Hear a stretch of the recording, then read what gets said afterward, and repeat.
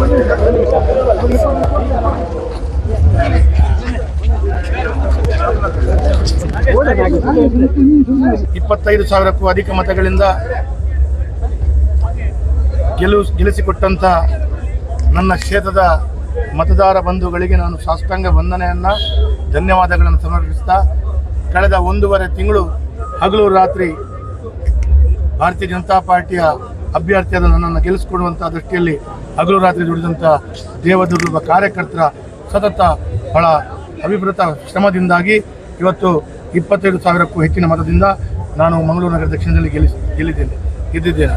ಹಾಗಾಗಿ ಮತದಾರ ಬಾಂಧವರಿಗೆ, ಪಕ್ಷದ ನಾಯಕರುಗಳಿಗೆ ಮತ್ತು ಕಾರ್ಯಕರ್ತರಿಗೆ, ಎಲ್ಲ ಮತದಾರ ಬಂಧುಗಳಿಗೆ ಈ ಜಯವನ್ನು ನಾನು ಅವರ ಜಯ ಅಂತೇಳುವಂಥ ದೃಷ್ಟಿಯಲ್ಲಿ ಹೇಳ್ತಾ, ಅದಕ್ಕೂ ಹೆಚ್ಚಿನ ಮತಗಳಿಂದ ಗೆಲ್ಲಿಸಿಕೊಟ್ಟಂಥ ಮತ್ತು ಕೆಲಸ ಮಾಡಿದಂಥ ಎಲ್ಲ ಜನರಿಗೆ ಕೈ ಜೋಡಿಸಿ ಶಿರವಾಗಿ ವಂದನೆಗಳನ್ನು ಹೇಳ್ತಾ, ಮಂಗಳೂರಿನ ಅಭಿವೃದ್ಧಿ ದೃಷ್ಟಿಯಲ್ಲಿ ಈ ಹಿಂದೆ ಕೈಗೆತ್ತಿಕೊಂಡಂಥ ಎಲ್ಲ ಕಾರ್ಯವನ್ನು ಯಶಸ್ವಿಯಾಗಿ ಮುನ್ನಡೆಸುವಂಥ ದೃಷ್ಟಿಯಲ್ಲಿ ನನ್ನ ಪ್ರಾಮಾಣಿಕ ಪ್ರಯತ್ನಗಳನ್ನು ಮಾಡ್ತೇನೆ ಅಂತೇಳುವಂಥ ಮಾತನ್ನು ಕೂಡ ಉಲ್ಲೇಖ ಮಾಡ್ತಾ, ಕಾಂಗ್ರೆಸ್ ಪಕ್ಷ ಇವತ್ತು ಸ್ಪಷ್ಟ ಬಹುಮತವನ್ನು ಪಡ್ಕೊಳ್ಳಿದೆ.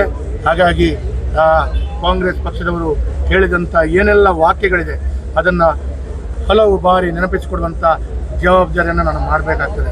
ಯಾಕಂತ ಹೇಳಿದರೆ ಭಾಳ ಸುಲಭದಲ್ಲಿ ಕಾಂಗ್ರೆಸ್ ಪಕ್ಷದವರು ಈ ಮಾತನ್ನು ಹೇಳಿದ್ದಾರೆ.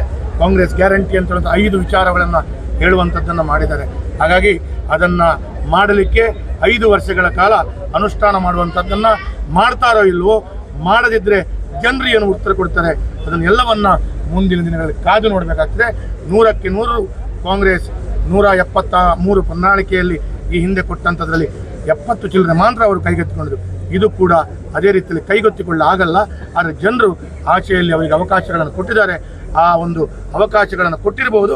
ಆದರೂ 100ಕ್ಕೆ 100 ಕಾಂಗ್ರೆಸ್ ಇದನ್ನು ಅನುಷ್ಠಾನ ಮಾಡುವಂಥ ಪ್ರಯತ್ನಗಳನ್ನು ಮಾಡಲಿ ಅಂತೇಳುವಂಥ ಮಾತನ್ನು ಹೇಳ್ತಾ, ಮಂಗಳೂರಿನ ಜನತೆಗೆ ಹೃತ್ಪೂರ್ವಕವಾದಂಥ ಧನ್ಯವಾದ.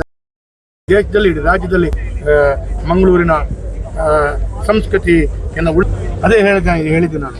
ನೀವು ಈ ಪ್ರಶ್ನೆಯನ್ನು ಕೇಳೋದು ಬೇಡ ಅಂತೇಳಿ ಅದನ್ನು ಮೊದಲೇ ಹೇಳಿದೆ. ಸಹಜವಾಗಿ ಕಾಂಗ್ರೆಸ್ ಪಕ್ಷದ ಅಪಪ್ರಚಾರಗಳು ಯಾವುದೇ ಒಂದು ದಾಖಲೆಯನ್ನು ಕೊಡದೆ 40% ಅಂತ ಹೇಳುವಂಥದ್ದು ಹೇಳಿದ್ದು.